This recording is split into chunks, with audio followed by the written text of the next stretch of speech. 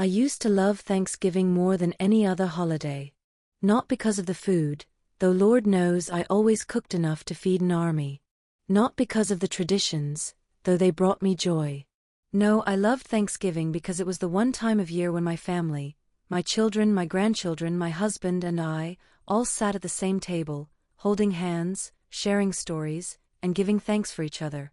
Those days feel like a lifetime ago now. When John was alive, he carved the turkey every single year.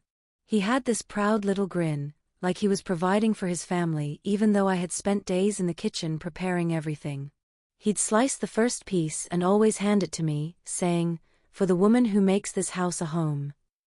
Everyone would laugh, and I'd pretend to be embarrassed, but truthfully, it made me feel cherished. The children would run around the house while the smell of roasted turkey and pumpkin pie filled the air.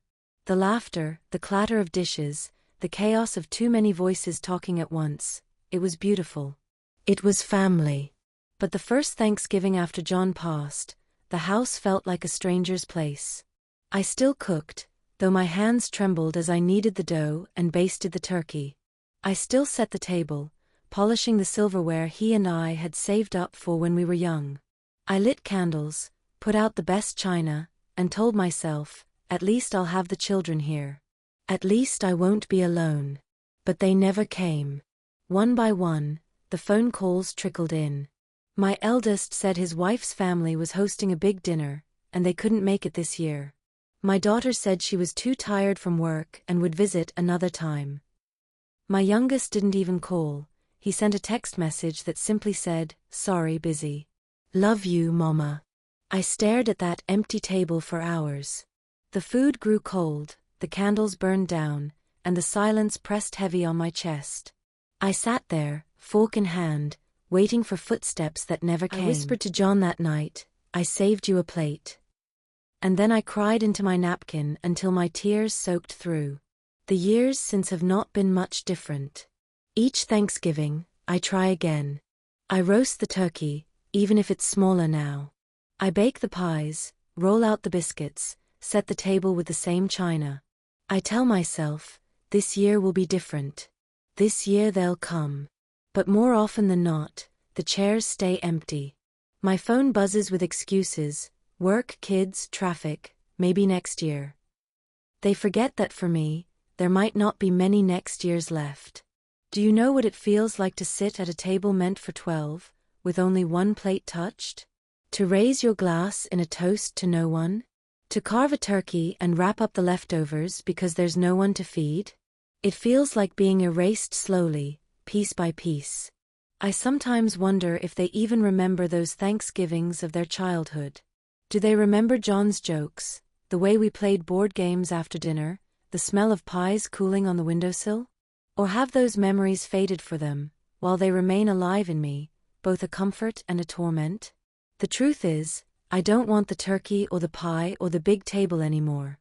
What I want is laughter. I want stories. I want to see my grandchildren's faces smeared with whipped cream. I want to feel John's presence not just in my heart but reflected in the joy of the family we built together. Instead, I get silence. This last Thanksgiving, I cooked anyway. Old habits die hard. I put on my apron, tied my hair back, and worked from morning till evening. When everything was ready, I set the table, just as I always do. Then I sat down, hands folded in my lap, staring at the empty chairs. For a moment, I thought I heard John's voice in the room, warm and steady, saying, "They'll come, Mary. One day they'll remember." But the clock ticked on, the night grew cold, and no one came. So I picked up my fork, whispered grace with a breaking voice, and ate alone. I suppose that is what life has become, me holding on to traditions no one else cares for, me clinging to love no one seems to return. And yet, I can't stop.